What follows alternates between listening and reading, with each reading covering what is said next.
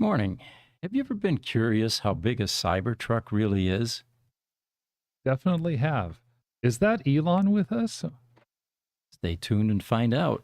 EV sales are up 57%. Is the charging infrastructure able to keep up?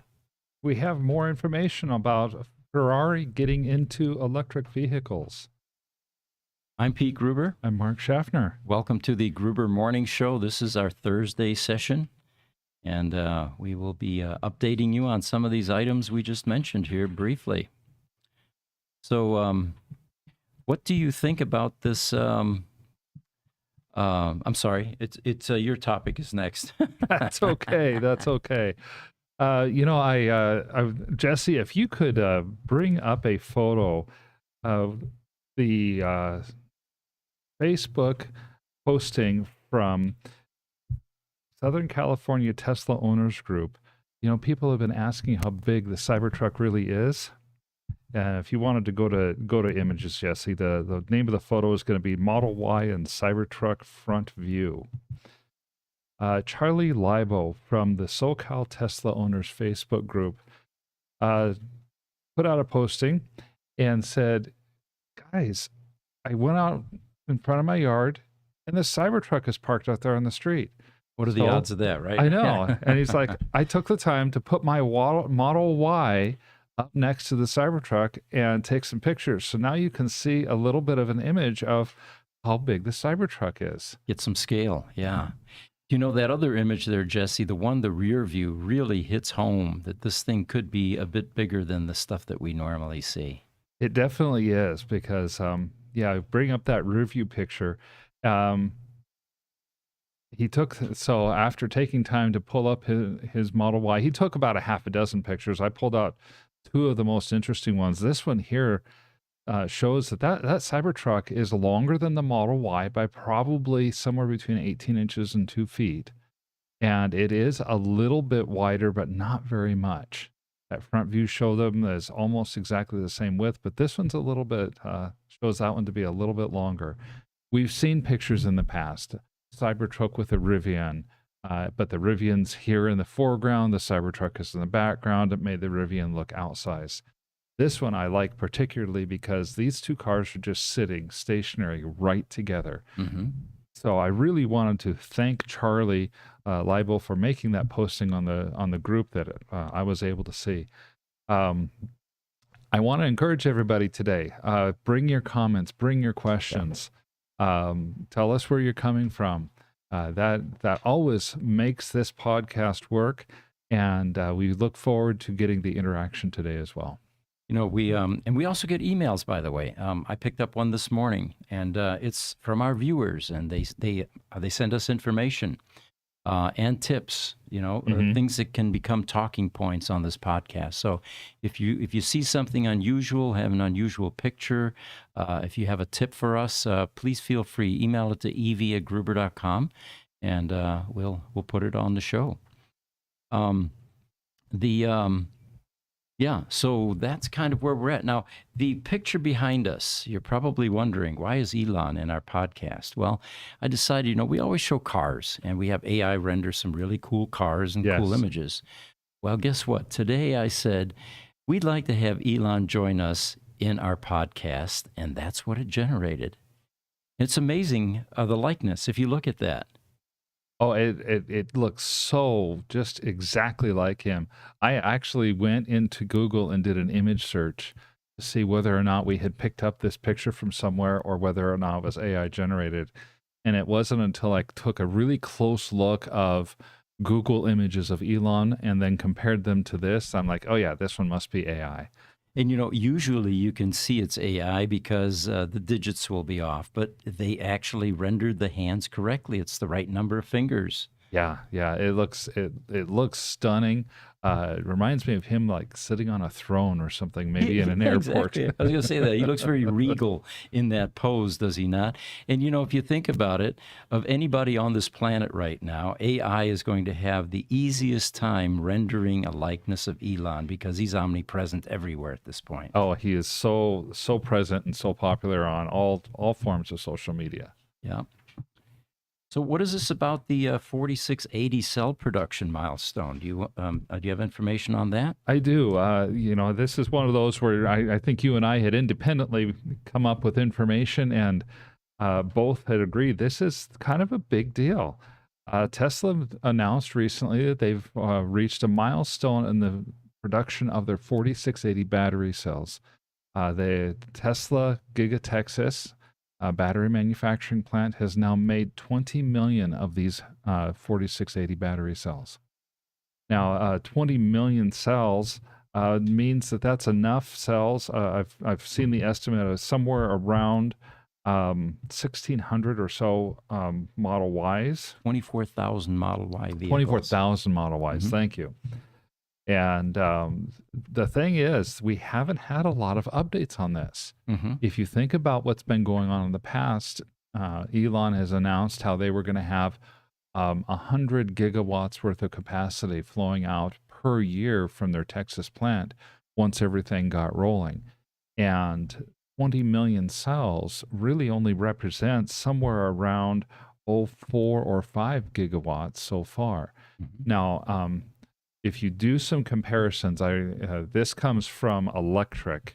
Let me get the author here real quick. It came from Fred Lambert at Electric, and he was doing some quick cocktail napkin calculations and said, well, that's right now they've produced 10 million 4680 cells in about 16 weeks. That's going to be about 625,000 cells a week. And if every cell is about 26 amp hours, then he said that might have improved a little bit. And here's what I was looking at: about 1,200 vehicles a week is what they would be able to produce based on this type of cell manufacturing. So we know that Tesla is getting 4680 cells from China, and yet they continue to ramp up their domestic 4680 cell production. Fred Lambert's take is this is big progress. Mm-hmm. Yeah. Tesla was making less than 1 gigawatt of energy per period, and now per year, and now they're up to around 4 gigawatts a year. That's not where they wanted to be yet. They wanted to be at 100 gigawatts a year capacity, rate of production by the end of this year, and it does not look like they're going to make that. At the same time, costs are going down, production rates are going up, everything is getting tweaked. It looks like they're finally getting over some of the really significant technological challenges that they've had. Mm-hmm. Yeah. These manufacturers, EV manufacturers, are of course under close scrutiny all the time. And in China, there is a gentleman called Wu Hua, exactly what it sounds like, W-U-W-A. Mhm. He's a longtime Tesla watcher, and he typically does drone shots of Giga Shanghai. And if we can throw up a picture here, Jesse, it's called China Post. It is just an amazing shot of the number of backed port? up China port. And it's an amazing shot of the number of Model 3s that are being prepared for export. And according to this article, take a look at the number of those cars. And it's by the dock there as well. They say that Tesla is yet to start deliveries of the new Model 3 to customers in China. In the meantime, though, Gigafactory Shanghai appears to be keeping itself busy by producing new Model 3 units for exports to foreign territories such as Europe. Yeah, the press that I have heard so far, this is the Highland that they're putting out now. Mm-hmm. And man, it's getting rave reviews. Is it? It's you think about a model of car. Usually, a car model with a traditional manufacturers will go 2 years, 3 years, and then they'll do a refresh on the model. And a lot of times, automakers will do a couple of different refreshes on the model before they do a full redesign. This is the first refresh of the Model 3, the first really significant refresh of the Model 3, and I would say the second refresh overall. Once you get 2 or 3 designs down into a model, refreshes down into a model's design, things start to look really, really well designed, really complete. Mm-hmm. And that's the impression that I've been seeing a lot in the press, that this Model 3 is probably going to just take off like a rocket in popularity. Very, very positive reviews that I've seen. You know, we never completed in our previous podcast some of the takeaways that people were talking about with this Highland version. Yeah. And this might be a good time to insert some of those. The seventh one on the list, and we had gone from 1 through 6 so far. Mm-hmm. This particular model of Tesla has a better quality material inside the cabin. And the things that they listed was, they say nobody saw this coming, especially with all the gossip about Tesla's cost-cutting measures. Mm-hmm. But Tesla proved the critics wrong and tried to improve on the Model 3 areas that matter most to buyers. The perceived quality was chief among these, with the cabin's look and feel vastly improved compared to the original model. They said everyone who sat, and this was at the Munich car show, so everyone who sat inside a refreshed Model 3 appreciated the soft touch materials used throughout.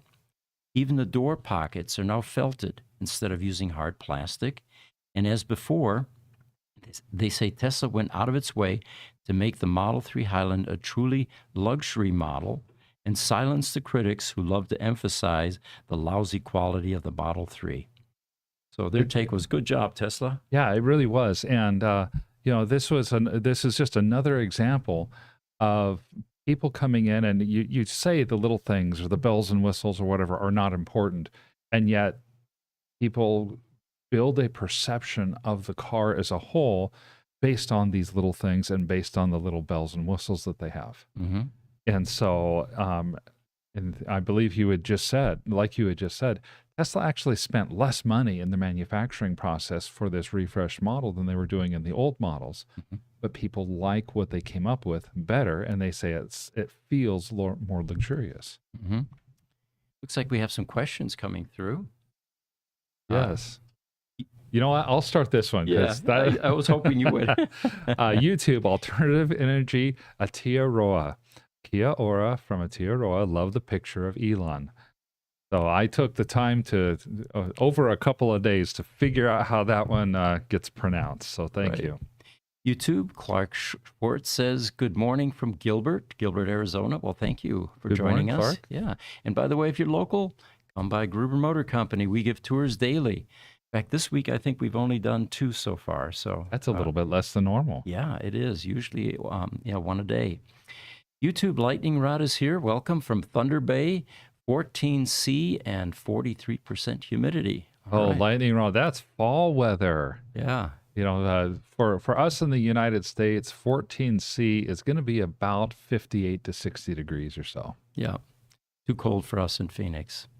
So something else with this Highland version, they had item number 8 here, a rear touch screen. And they said this is another feature nobody thought was coming on a less expensive Tesla model. The Model S and Model X are different breeds, as people pay pretty money to have these niceties.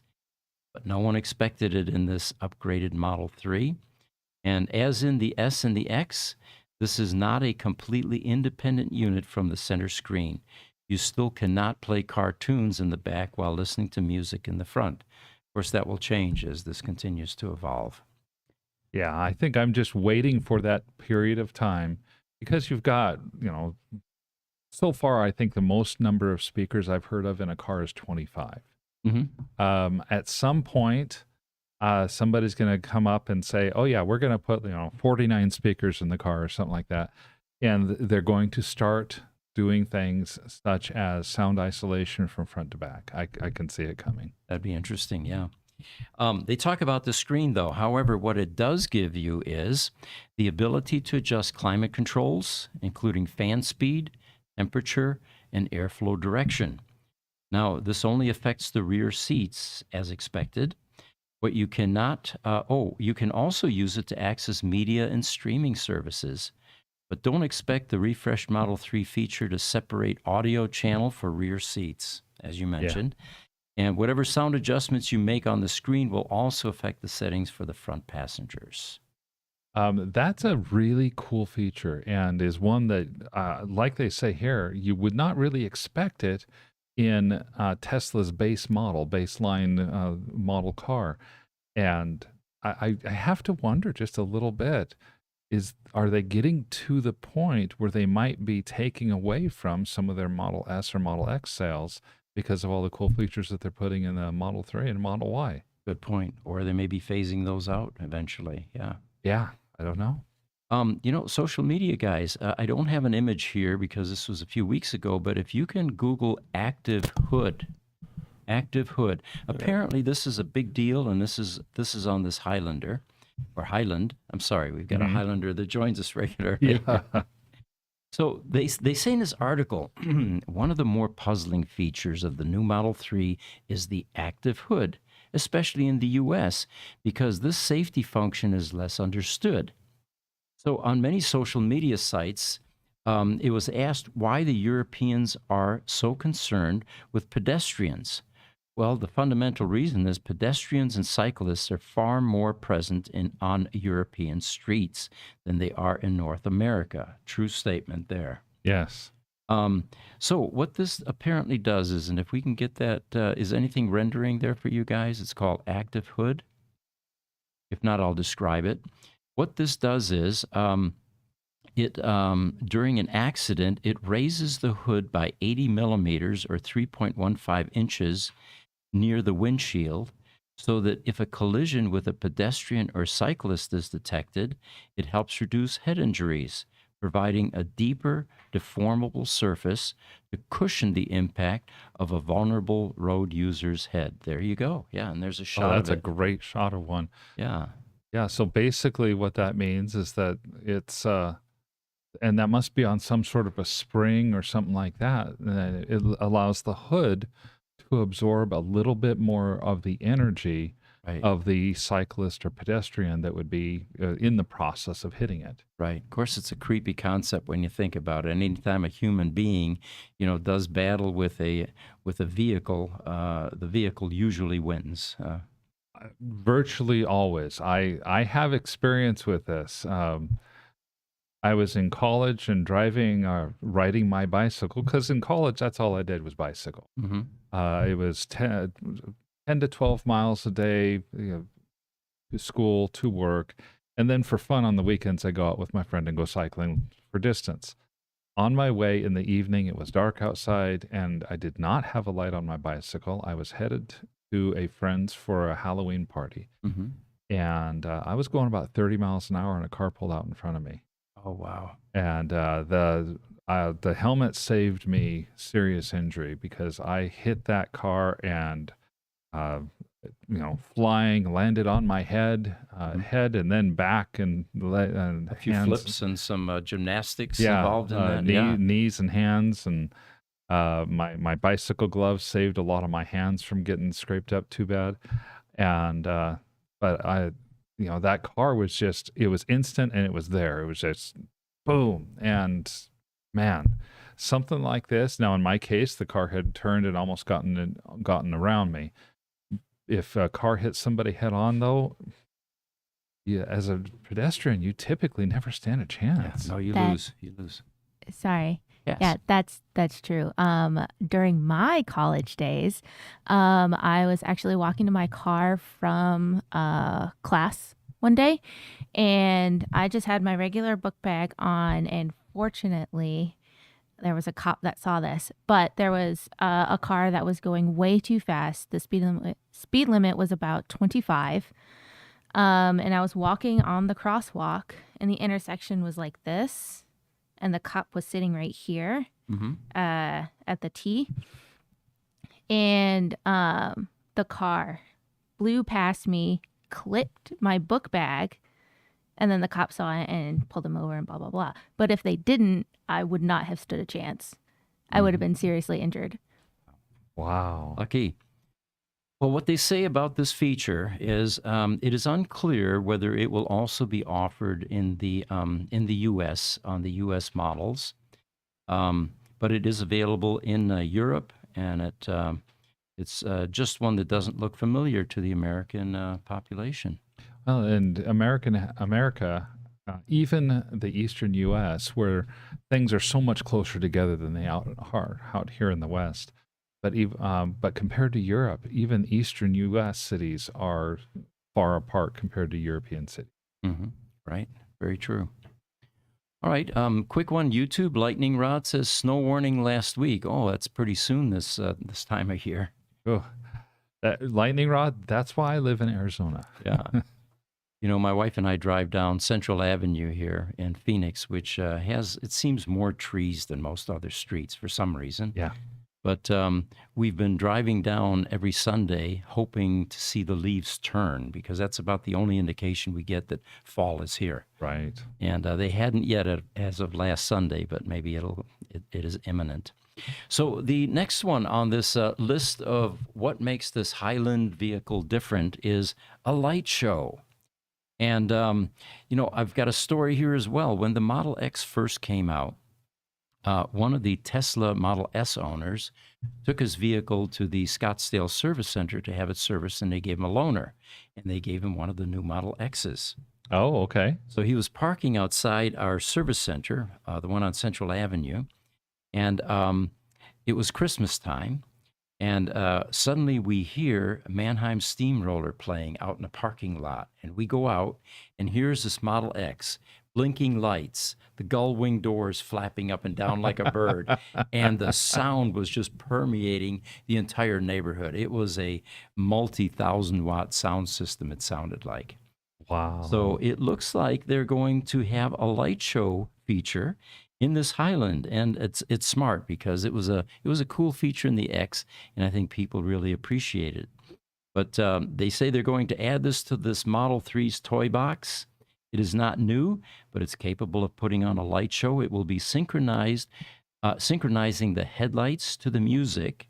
And they say, make sure you turn your volume up and roll down the windows and enjoy it. Now, when they say turn the volume up, remember, this car has 17 speakers in it. Yes, I do. So you're going to be putting out some sound here. They say people first saw this refreshed Model 3's light show at the IAA Mobility Show in Munich.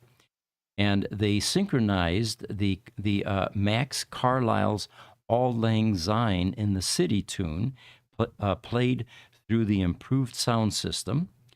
And they say the light show used daytime running lights, the DRLSs, and turn signals, low beams and high beams to impress the bystanders.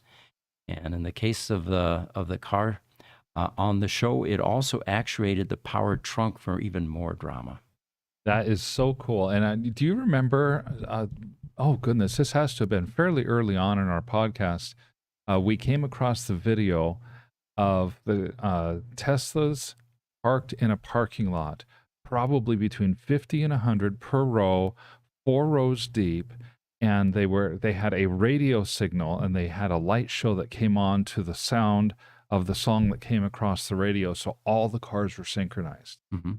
I still remember that. That was so notable. I still remember that. That was just something else. At the time, I think it was all Model X's, or there might have been some Model S's. I don't remember if the Model S's did the light show yet or not, though. You can tell that the design engineers are having fun. Oh yeah, oh yeah. They I have to admit, I've showed my wife the fart sounds in the car. Mm-hmm. Oh, the kids love that one. Yeah, that's one of their favorites. All right. So if we can bring up an image, guys, Ford Gigapress. Get to my article here. So it looks like Ford is copying Tesla. They have tapped into the same Italian company that Tesla was using, IDRA, for their casting machines known as Gigapresses. And of course, Tesla was the leader in this particular application. Legend has it that Elon's got a lot of kids, and kids have these little toys, these little die-cast cars. Mm-hmm. Legend has it that he flipped one of those upside down at one point in time and said, "Why can't this be done on a larger scale?" And that's what inspired, allegedly, the search for IDRA in the Italian company, Hmm. to develop something that would do large castings for automotive applications. So they say that Ford is adopting the technique, at least for research and development purposes at this point. And an industry event on Tuesday and Wednesday last week, they said they displayed this gigantic Gigapress with Ford's 6100 logo on it. I'm not sure what the relevance of 6100 is. Does anybody here know what that's about? I did a little bit of looking and didn't find anything on the 6100. Okay. What I do find interesting, and well, I'm not an investor, no investment advice. Man, should we be buying stock in IDRA or something like that makes gigapresses? Because it seems like everybody Yeah. suddenly is going out to these gigapress companies and say, Oh, "Oh, me too. I need one too." this could be another NAC standard domino effect. It could be. It Yeah. could be. And I happen to view this as the difference between a company that is radically aggressive in trying to reduce costs and is not willing to discount any ideas, no matter how ludicrous they might sound Mm-hmm. to start, and a company that doesn't take that approach. All right, to borrow another Tesla phrase, how ludicrous it may sound. Yes. All right. Yes, exactly. And so Tesla has shown, Elon has shown as the leader of Tesla, the vision to try to make things different, Innovate. Yeah. do whatever it takes. And our legacy automakers have not. They've tried to make the existing process more and more and more efficient without taking time to look at the existing process and say, can the process itself be improved? Yeah. Can it be replaced even? Yeah, or can it be replaced? Right. So kudos to Ford. I'm glad that they're showing the vision to be one of the early followers. But as long as Ford, GM, Stellantis, and others are followers, they're not going to ever lead, and they're going to struggle. Yeah. Very true. The article continues here, and as a report from Reuters, it said Ford is not using the Gigapress for production units quite yet. They just want to get a feel for the machine and determine whether it will be suitable for current projects. Additionally, though, they point out that Hyundai is considering a Gigapress from IDRA, so maybe that would be a good investment opportunity. I don't know if they're publicly traded. I don't know. You know what? We have a social media fact-checking research team here. Can you guys look into that and see if IDRA is traded on the markets and what the symbol is? We're not giving investment advice, but it's certainly intriguing.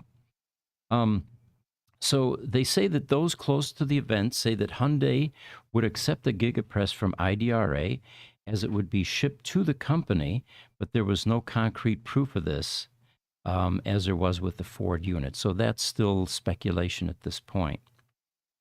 They say that Tesla, on the other hand, has been using the Gigapress for several years. They have 14 in their possession, including the two 9,000-ton, not pound, 9,000-ton units that are likely going to be used for the Cybertruck. Yeah. So, Oh, yes, Jesse. the IDRA group of Italy, LK Technology Hong Kong is a single shareholder, but operationally, they are two separate companies. So it's owned by a Hong Kong company. Okay. I'm going to do some research when I get back upstairs, too. That would be an interesting one to look into. Yeah. Um, We have another comment. TikTok, Smuggler's on. Welcome back, Smuggler. Glad to see you here. He says, sorry, I haven't been around. Work is just extremely busy for me now. well, we appreciate you joining us whenever you can, Smuggler. Absolutely. And I'm glad to hear that your work has been going busy for you. That's better than the alternative. Mm-hmm. YouTube, Crunch Grace Hopper, he says, thumbs up, number 6 from Newport Beach, SoCal, caught up soon. Smash that like button, y'all. He's advising all of our viewers. Been loving the recent shorts. Oh, yeah, our team has been adding a lot of shorts. And what we started to do was the people that have joined us on our podcasts, We take the most salient, interesting clips out of those and then feed those into our shorts list of videos. Thank you for the feedback. It's always encouraging when we get some positive feedback. It keeps the momentum going here. He also says, might that Hot Wheels Roadster be worth more than a real one someday? That's a good point. Do you think we could get Elon to free that up or identify which one it was and it becomes a collectible? That would be cool. That would be very cool. And Niels has joined us as well from the Bion Danish Genome Institute. Asked the question, 6,100 ton? No, Niels, I do think it said it was a 9,100 ton or 9,000 ton press. Just massive in both size and in the amount of pressure it can put in. I think that's what that was the two largest ones out of the group of 14 that Tesla has. It could be that the other ones are a lower rating. We'll have to investigate that. That's a good question, Nels. YouTube Crunch to Grace Hopper says that world's largest car show still running. If not, when last? Good question there. It's what Crunch is talking about is a picture, a poster actually, that I picked up at a garage sale a couple of months ago. We were at a staycation with the granddaughters, water slides and all that. And on the way back, it was a pretty expensive neighborhood, right just south of Camelback Mountain. We usually like to go to those garage sales because you might find some bargains, right? Yes. We got to this garage sale, and it was a 6-car garage. And the walls inside this garage were painted in Italian colors, Ferrari colors, basically, with a bright yellow floor. And then we saw all kinds of Ferrari paraphernalia, neon signs on the wall, posters, hats, shirts. And at one point, I looked at one of the pieces and I said, you know what? I know this guy. I've been in the Ferrari club for years. And so I asked the people selling. It turns out that it was Mark Kramer's widow, Marie Kramer. Mark sadly died about 2 or 3 years ago or so. And he was a very well-known figure here in the state of Arizona, and actually globally for that matter. Frequented things like Pebble Beach and the Monterey Car Show. He had a number of Ferraris that he owned, but most notably here for Arizona, he owned a bunch of McDonald's franchises.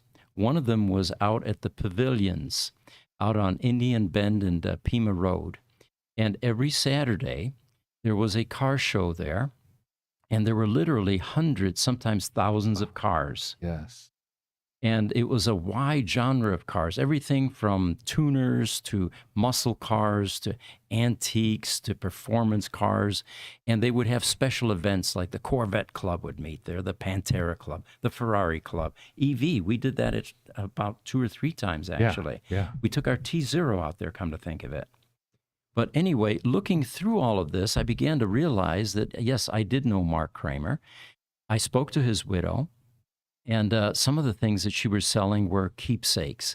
One of them was a poster of an aerial shot of the pavilions back in the day, before the age of drones. And it said right on the poster, helicopter shot. So I asked Marie, I said, is this for sale? And she really struggled with selling any of this stuff because it was nostalgic. Sure. Finally, when I told her, Marie, this is going to have a prominent place at the next generation of vehicles in an EV shop, Gruber Motor Company. That's what clinched the deal, and she sold me that poster. And we still need to hang it over We there, by the do. way. Yeah. I've seen that poster. I knew that it was from the Pavilions. That it was a helicopter shot. And just, it was, larger than it seemed like it was larger than a large grocery store parking lot, completely filled with classic cars. Oh, they used to take over. There's a Home Depot there, too. They would actually take over all of that large parking lot. And, the tenants typically didn't mind because the restaurants especially, it drove business there. Sure. And it was a great way to spend a Saturday afternoon. It was completely free, no tuition to get in, any of that nonsense. Actually, Marie said what really turned this into a large event was when they got a DJ there to play some of the 60s, 70s music. And but anyway, that poster will be up in our Gruber Motor Company building before too long, and it's definitely a keepsake. You know, every time I look at it, I carefully examine where my cars are, because I used to take all my muscle cars there, even the Ferrari and the Viper. You know, but anyway, thank you for pointing that out. It's a great poster, and it was there was a magazine article that she had clipped as well, and it was called "The World's Largest Car Show," and it is still running, by the way. For those of you in Phoenix, go to Pima and Indian Bend. It's toward the Indian Reservation there. Lots of restaurants around there. You can drop off your car, walk around a while. If you want to go eat, you can do that. There are no smoking signs anywhere, so you can bring a cigar and enjoy that and do some bench racing while you're there. Anyway, good times. Wow. YouTube, R.C. Robinson San says, upvoted. Well, thank you. Nils is saying, Inside EVs writes, the casting machines, which produces a clamping force of over 6,000 tons, will be shipped to the U.S. to be installed in an R&D facility in the Detroit area. That's the one, then.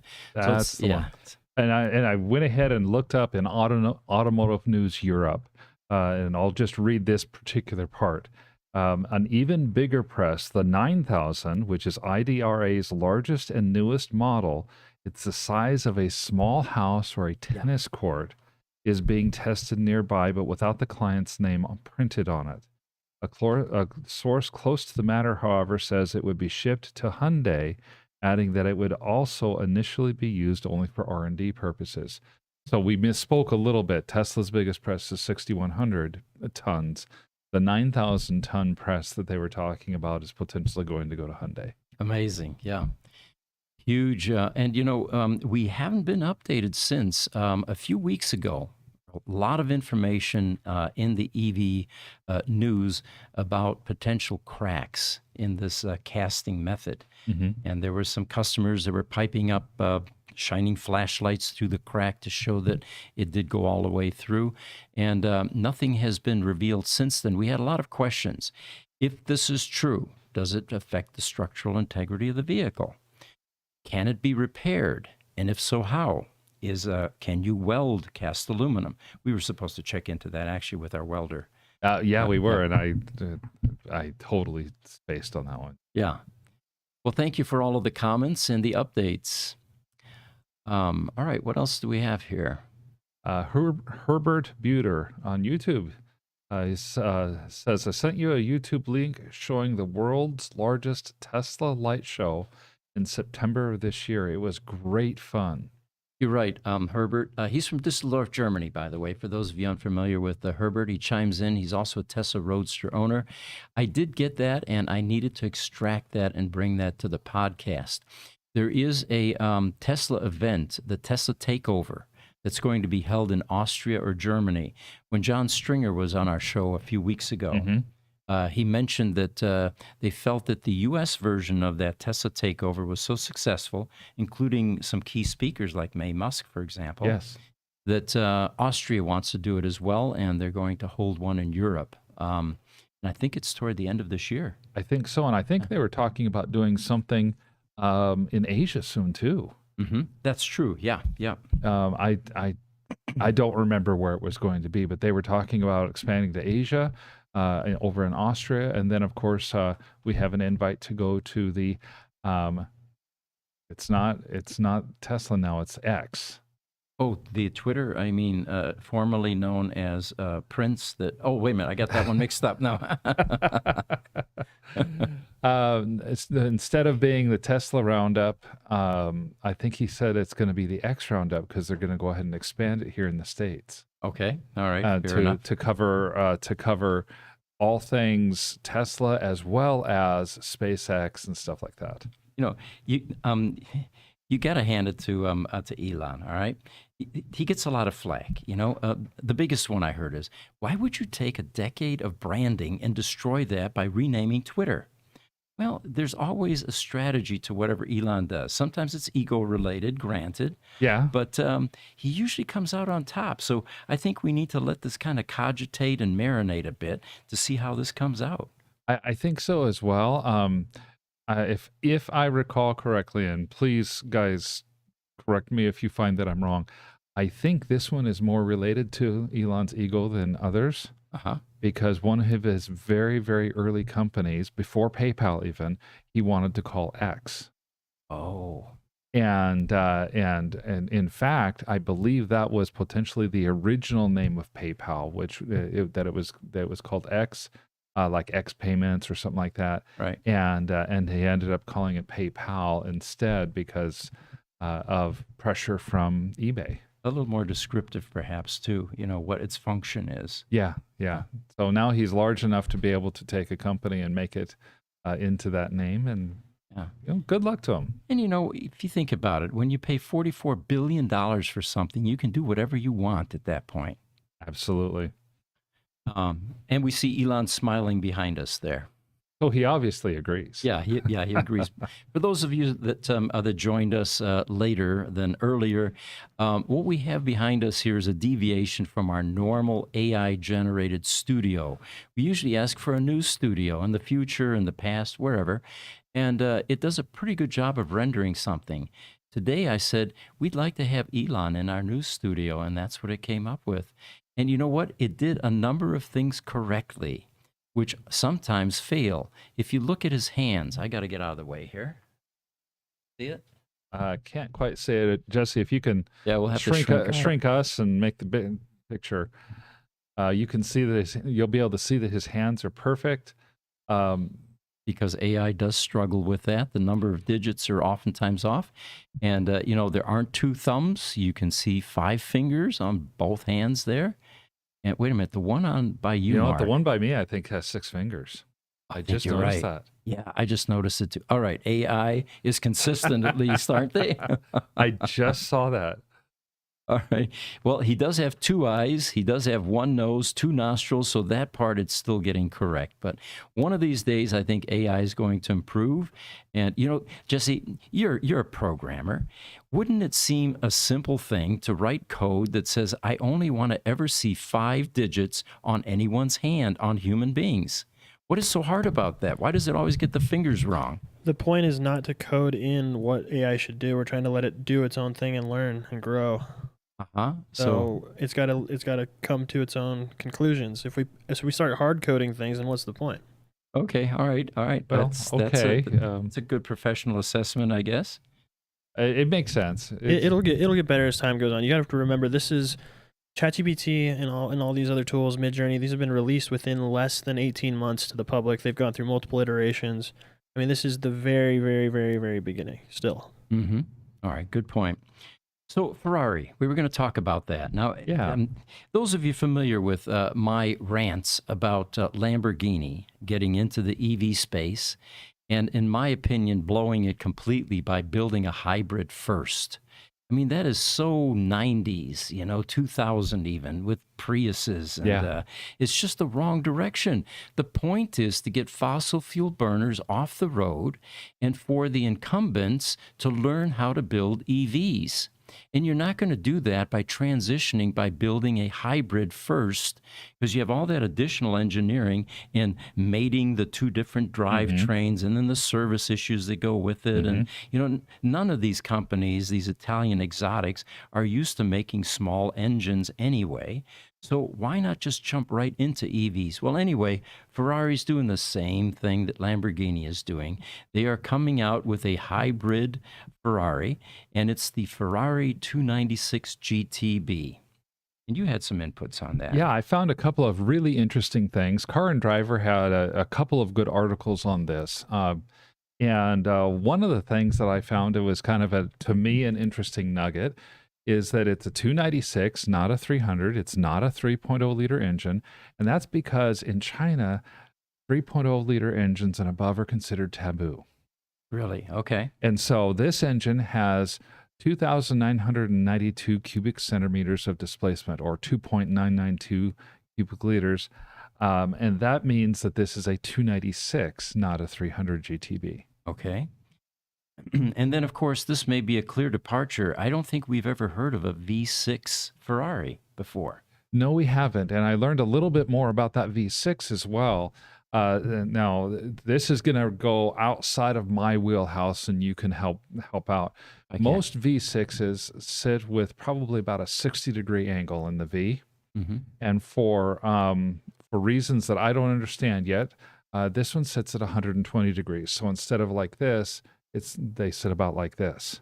Okay. And the article said that it makes this sound much more like a V12 than a V6. Oh, interesting. Okay. However, it is simply a V6 vehicle. This is reminiscent of a BMW motorcycle where the pistons are 180 degrees oriented. They're actually coming out the sides. Yeah. But it does change the sound then, so it gives it a different sound dynamic. Yeah, they said that the sound dynamic makes it sound very much like a V12 would. Interesting. Okay.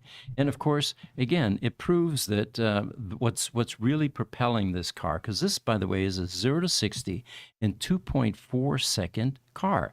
And it does a quarter mile in under 10 seconds, 9.7 seconds. And one of the more impressive things about that is that this is a rear-wheel drive car. Interesting. Yeah. So we talk about these low 0 to 60 times, even with the hybrids or with the supercars, and they're almost always an all-wheel drive car. This one's not. This one is strictly a rear-wheel drive car. Interesting. So it looks like the electric portion of this car is really the one delivering the horsepower. It'd be difficult to do that with a small V6 like that. It definitely is. The V6 itself does make almost 650 horsepower. It's like, I think it was 636 horsepower, which is roughly 212 horsepower per liter of engine size. Mm-hmm. That's an amazing number. But the real kick comes from that electric motor. Mm-hmm. Interesting. It's got an 8-speed dual clutch transmission. And it cracks off shifts at 8,500 RPM redline. What do you think of that, Richard? I know, he's not here today. Oh, that's right. Richard's upstairs. I was going to talk about his sports bikes. You can get up into the 10,000 RPM range with a sports You said sports bikes? bike. Pardon Funny me? enough, I also like bikes. Oh, well, then chime in, Chas, by all means, yes. So Ferrari, yeah, you're going to get into the hybrid business, and I'm disappointed in you, even though I supported your brand for many years. I owned a 308 GTSI for 23 years, actually. Mm-hmm. I would like to see you guys just jump in, build an EV, do what some of these others did, like Rimac, and just build an over-the-top. Even Koenigsegg, is getting into the 100% EV business. This is the direction we're all going. And it's going to be very difficult for you guys, I think, to sell something that's got allegedly an anemic V6 in it. And, it's going to be hard enough, I think, transitioning the true Ferrari, Lamborghini, the Italian exotic car crowd into something that makes no noise. It's going to be a very difficult thing for them. Now, Car and Driver did rank this car, the 2024 version of it, because it hasn't been released yet, it will be a 2024 model, as their number 5 best exotic sports car. Really? It is going to have an estimated street price of around $343,000. So it's, you're only going to sell a few units anyway. Right. Very limited edition. By the way, Jesse, I didn't realize we've got a picture. Let's throw up Ferrari 296 GTB. And unlike what you would expect from Ferrari, which is the traditional red tan, this one is an unusual color combination. It looks like a yellow nose cone with a dark green portion of the body, which in this particular picture really doesn't give you much of a clue as to what the body lines are. That's what was nice about the Pininfarina reds. Mm-hmm. You can see the yellow brake calipers. They've got the yellow hubcaps or the center caps. And, of course, the Ferrari emblem on the fender on the sides.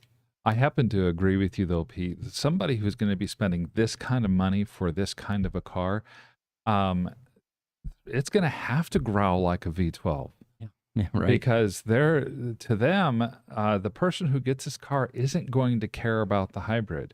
Now, by the way, that hybrid motor, that electric motor, it has a 6 kilowatt hour battery. in sitting in the car, and it can run the car on electric only for about 8 miles. That's it. Yeah, Okay. which is, that's your typical hybrid. It's Yeah. you Well, know, it's better anywhere than a 20 Prius. to 40 miles is typical for a supercar like this. 8 miles, I would not be. That's not too surprising to me. But if I'm looking to buy a car like that, I'm either going all EV or I'm staying all ICE. I'm gonna stay away from the hybrid because, I Well, if I have the money to buy this, I'm gonna say, well, why do I want a souped up Prius? yeah, and then the maintenance issues. I mean, the tune-ups continue. We got rid of all of that with EVs. Yeah. Oil changes. It goes on and on and on. And then trying to, find the right mechanic that can do both. And that's going to be another tough one that I'm not sure Oh, they're yeah. considering that. But there is a different skill set for working on EVs versus working on ICE vehicles. Okay, so we have a few more comments. Niels has said LK Technology Holdings Limited trades as HKD, and they're about $1 right Really? now on the exchange. So, thank you, Niels. We appreciate getting that extra information. So, yeah, that's. I wonder if Nils is going to act on this. Let us know if you're considering, Nils. I'd be interested. Yeah. YouTube Highlander, he says hand pink waving. Okay. YouTube Lester Marshall, he says, got here finally. Thanks for joining us. Thank you. Lester Marshall also says, looks like a yellow jacket hornet, sort of. Yeah, you're right. I was trying to figure out why does that look familiar? But a hornet would be a great, clone for that car. I have one article here that's kind of not on the schedule, but it has to deal with the conflict that's going on in Israel and Gaza and how it's affecting electric vehicles.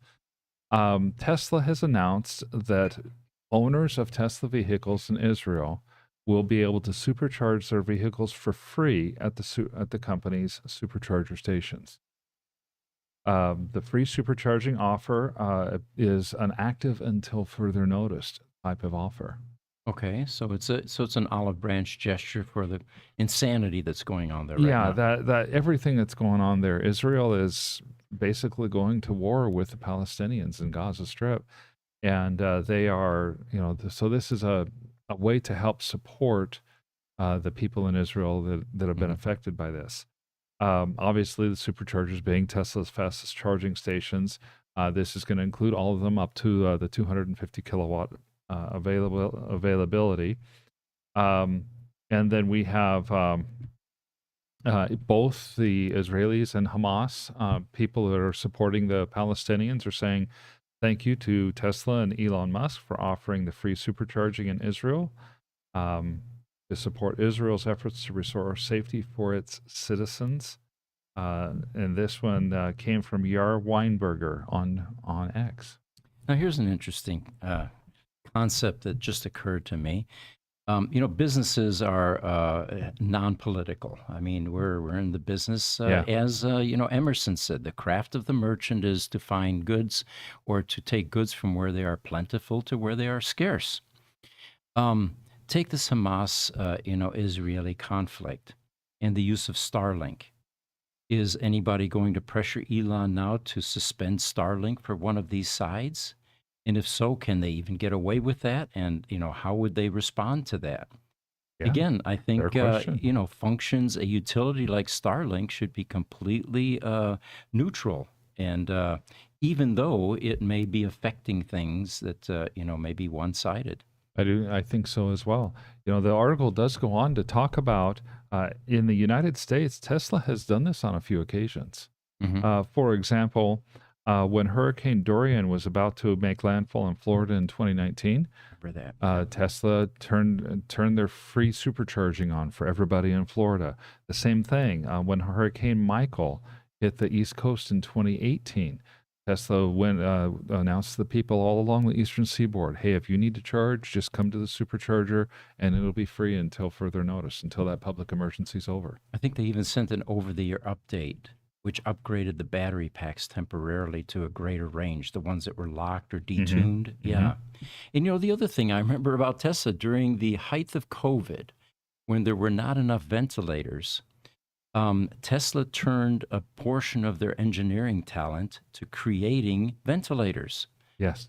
and they were using Tesla parts, and then of course Elon's attempt to extract those kids that were buried in that cave, that ended up having some pretty negative press for a number of reasons. But you can see that Tesla definitely does have a responsibility, they feel, to assist in times like this. Yeah. So I kudos to Tesla for doing the socially responsible thing in this particular case. Yeah. So there's an article here locally, actually a video that I caught this morning, and the headline was, Jesse's not there. I was going to bring up an image. We'll bring that up later then. The headline was EV sales are up 57%, but chargers are up only 11%. So it's, at least the picture this paints is the charging infrastructure going to be able to keep up with the production of EVs? And that would certainly affect adoption rates. Well, and this is one of those areas where I feel like the press doesn't get it. Mm-hmm. Is EV charging stations, are they really up only 11%? I would say that home charging stations probably went up about 57%. Okay, all right. Because people bought the cars and then got the charging capability. Yeah, when they buy the car, they're going to go home and they're going to plug the car in. So guess what? Your home has just become your charger. Right. If 57% is how much EV sales went up, then your home charging capabilities probably went up by about 57% as well. Even if that is nothing more than plugging into that little GFI 110 outlet in your garage, you're still charging your car.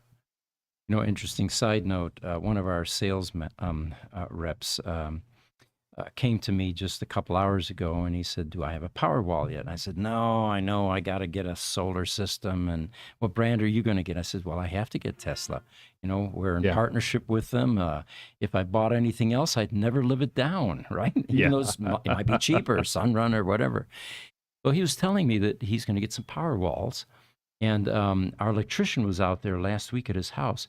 He's got one hot water heater that is being fed with 3-phase 150 amp service. It's an on-demand hot water heater. Now, if you think about it, these types of hot water heaters need a lot of electricity because they're heating as the water's flowing. And it, what came to mind immediately was most residential service drops are only 200 amps.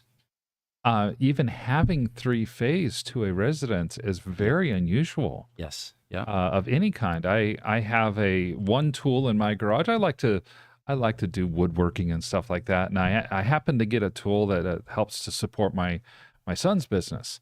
And this is a leather splitter. And he works with leather and stuff. And it's a 3-phase leather splitter. I didn't realize it when I got it. And I thought, oh my gosh, what am I going to do? Well, you can spend a few $100s and get a phase converter. Exactly. Yep. And so the phase converter is nothing more than a motor that is a single phase on the input side, and its whole purpose in life is to take those 220 volts, so it's really 2-phase, the 220 volt 2 phases, and then put an output for a 3rd phase. Exactly. And it runs that 220 volts through, and then you end up with 3 phases. It's very rare that 3-phase is available in any residential neighborhoods unless you have some business activity. Yeah, and so that's to hear him say that he had 3 phases to the water heater. Of course, those water heaters, they're amazing products, but you're right, man, they take the electricity when they need to heat. So we've got another picture. Is Jesse back? Are you there, Jess? Yep, I see his legs. If we can throw up the picture within a picture. And what we did a couple podcasts ago, someone mentioned that they were watching our podcast, and then we got a picture showing the flat screen in a Tesla service center, independent, Paul Erickson, actually, who also repairs ICE vehicles and forklifts for that matter, and who's been breaking into a Tesla Model S repair. And he watches our podcast on that flat screen. So we said, wouldn't it be cool if we had a picture within a picture within a picture? Yeah. Yep. And that's exactly what he sent us. He said, challenge accepted. And what you're seeing there is us up on the screen, in the screen, somewhere there, probably fairly small. Yes, and I can make out, that because this was us showing their screen, showing Paul's screen. So there's you and I, and then up in the screen, there you go. There's you and I, Yeah. and we are showing his shop, which it's a little too pixelated to see. Which right where that mouse is going, where thank you, Jesse, is us in a screen. So we're a picture in a picture, now. Have you ever been in a bathroom where they have mirrors on both sides and you get that weird effect where suddenly you're like in a time tunnel, where you have multiple images? This is kind of what this reminds me of. Very cool. Of all things, yes, I do that every day because You have that bathroom? my wife's vanity is over here and my vanity is over there, and the two mirrors face each other. Very cool. Paul Erickson, by the way, also sent me a picture this morning, sent an image. And I don't have that one up here, but he's saying, enjoying some of your older podcasts on my way to Minneapolis. And he's got a picture of a 17-inch screen in his Model S as he's driving. So thanks for being loyal, Paul, and we appreciate all of the feedback that you're giving us. Those are the fun pictures, I have to admit. Yeah. Because people, I'm at a supercharger in my Model Y, and here you go. Here you guys are on the podcast, and I see that, and so are you okay if I'm gonna throw Go up for it. another article here that's this is one I had again. I was researching pre-show and thought, this is kind of an interesting one, and thought we might put it up today, might put it up Tuesday. This has to do with the EV makers that are making a mistake on their EV manufacturing, and the contention is it's slowing EV adoption. Elaborate, please. Yes. Yeah. This article came from MSN. It's a story by James Ochoa, and it's under the moniker of The Street. And he's talking about how the automotive industry is shifting towards EVs. He says, however, there's one area of the automotive industry where people are more anti-EV than in any other spot. Pickup trucks. The people who drive pickups generally lean toward the right politically. They generally are very happy with the pickup trucks that they have. Is that true, Aaron, by the way? Leaning to the right, I mean? He's a pickup truck driver. Yes. Yeah, I would say that. I Okay. mean, All right. I just remember when we had all those Trump rallies going around, the Yes. 101s and Yes. stuff. A lot of them were diesel, rolling coal, had flags out the beds, Oh, yeah, the very Dixie flags. Oh, Yeah. yeah, Dixie even the flags. Dixie flags, yeah. Yeah, and if those are not right-leaning, I don't know who they are then. So. Okay, all right, fair enough. I think we made the point. Thanks. Researcher Heatmap conducted a recent survey of for auto market analytics from Auto Pacific, and they revealed that out of all car segments, buyers looking for pickup trucks are the least likely to buy electric.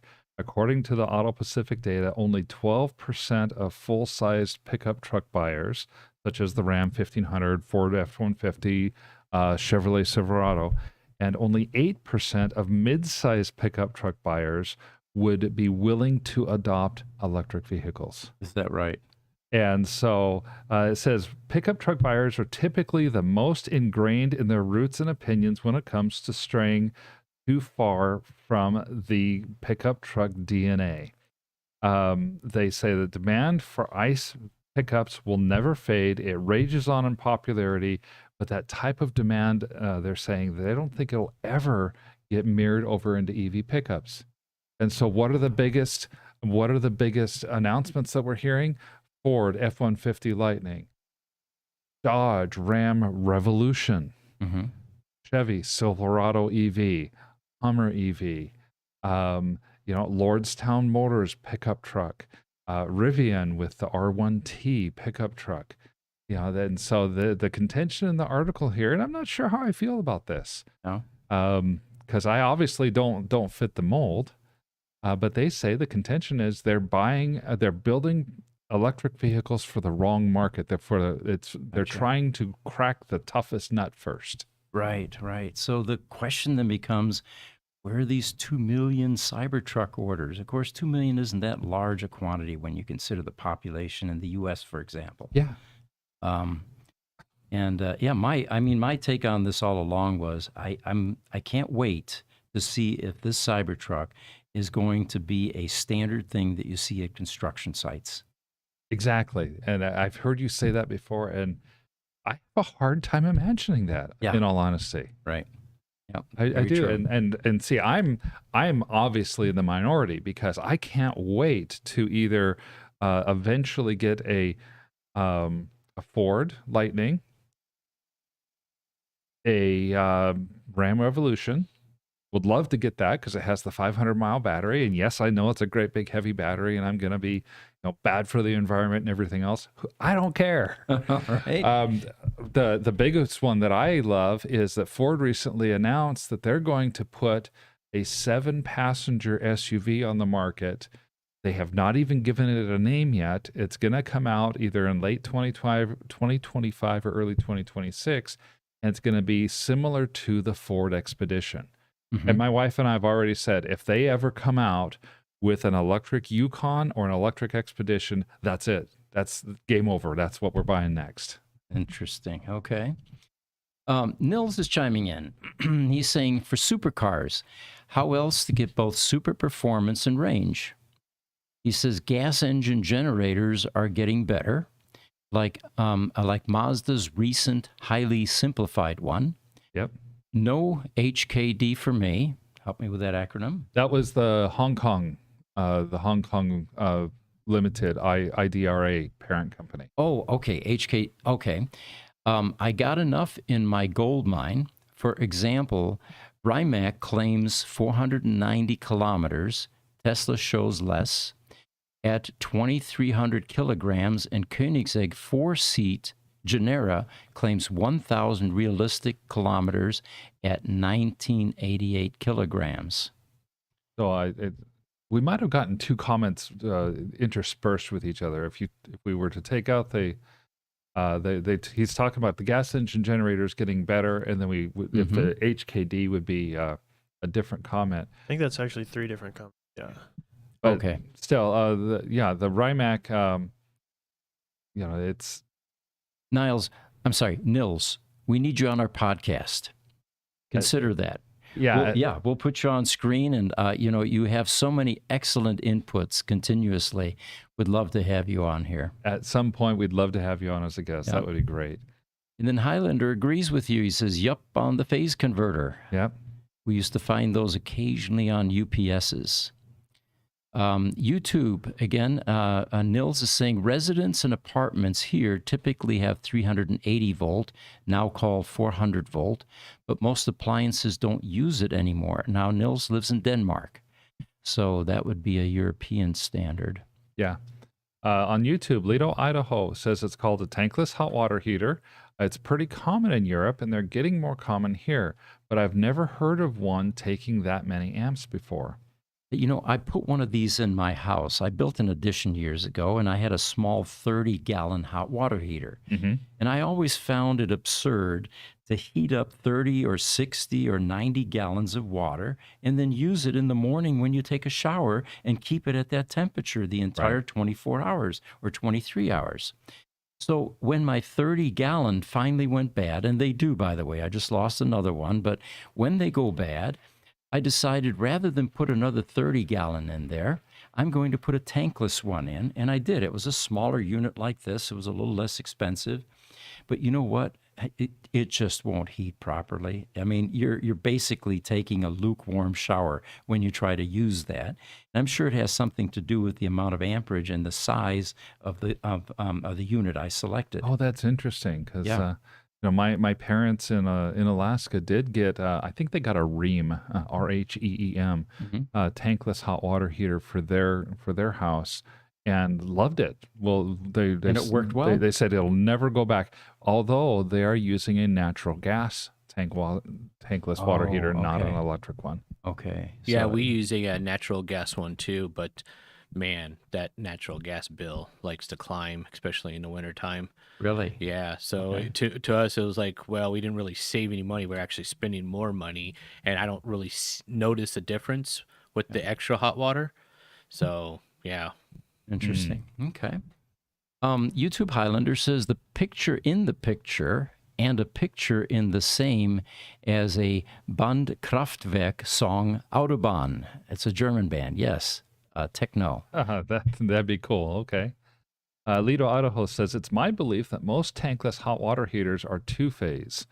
This one And- was the one that I put in was, yes. Yeah, and I would agree with you. I would think that most electric tankless hot water heaters are going to be two-phase because most most houses only have Two phases, 240 volts at best, which is two phases here in the United States. YouTube, Lester Marshall says, I guess I'm a 12%er. Pickup truck. Okay. Yep.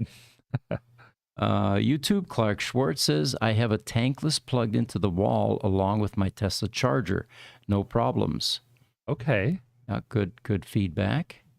And Lester Marshall also says, I'm going to keep the one I'm driving until it's not economical to operate. Yes, I'm conservative. Okay. Well, it's for me, it's a want. It's not a need. And so a couple years and then maybe we'll see. Mm-hmm. Going back to the truck thing, Yeah. it's really hard when they change designs. You get so used to the F-150, to the Toyota Tundra. You can basically buy a new one, and however you have your bed or the inside of it as a tradesman, you just basically take your equipment and put it into the new truck. That Cybertruck, no, this is the first one. You don't know how it's going to fill out, with your tools. You don't know what you're going to do. So those people don't like change all that much. Well, no, the obvious thing that was pointed out in one of our earlier podcasts, where are you going to put your pipes and ladders? Yeah, exactly. I mean, you're going to have to build all that out, and it's going to take some time, go through some trial and errors and some failures, to do that. So you're right. I don't see these on construction sites anytime soon. Yeah. Interesting. All right. Do we have anything else for today? I think we're actually just about out of our topics for the day. Okay. This is Thursday. Next podcast is going to be Tuesday next week for the EV-related podcast. Tomorrow, those of you that like critical power, UPS's, battery backup systems, lighting inverters, there is a new team coming in. It'll be Elvis and Claude, and they'll be talking about Gruber Power Services and what we do across the nation, how to keep a data center running. Yeah, that's right. He's got the shirt. So anyway, join us for that if you like. And then Sunday, Jesse and I will be here. We're going to continue some AI podcasts and got some interesting topics to talk about this Sunday. All of them are at 10 a.m. Pacific Standard Time. And the new one now is our communication products podcast, which is Monday mornings, 10 a.m. PST as well. I'm pretty excited about that one. We had a great inaugural podcast yesterday afternoon, kind of talking about the history of the company and stuff. And I know with these next couple of podcasts, we're going to be getting a little bit more into the products and technology and things that we offer. And so looking forward to seeing that over the next couple of Mondays. And those of you interested, each of those sites we mentioned have a separate YouTube channel. So look up Gruber Communications, Gruber Power Services, or Gruber Motor Company, which is what this is. And if you like shorts, by the way, Gruber Communications has some excellent short videos. We do those almost every day. And the type of work they do, you'll see production runs on fiber optic cables, how they terminate them, how they polish them, how they test them, and the jacks, plugs, wall plates. We'll even start doing some at the machine shop where they stamp the metal for the cable management panels, the racks, shelves, all the furniture basically that goes into data centers. Interesting things to view. So again, we thank you for joining us, and we will see you next time then. Take care.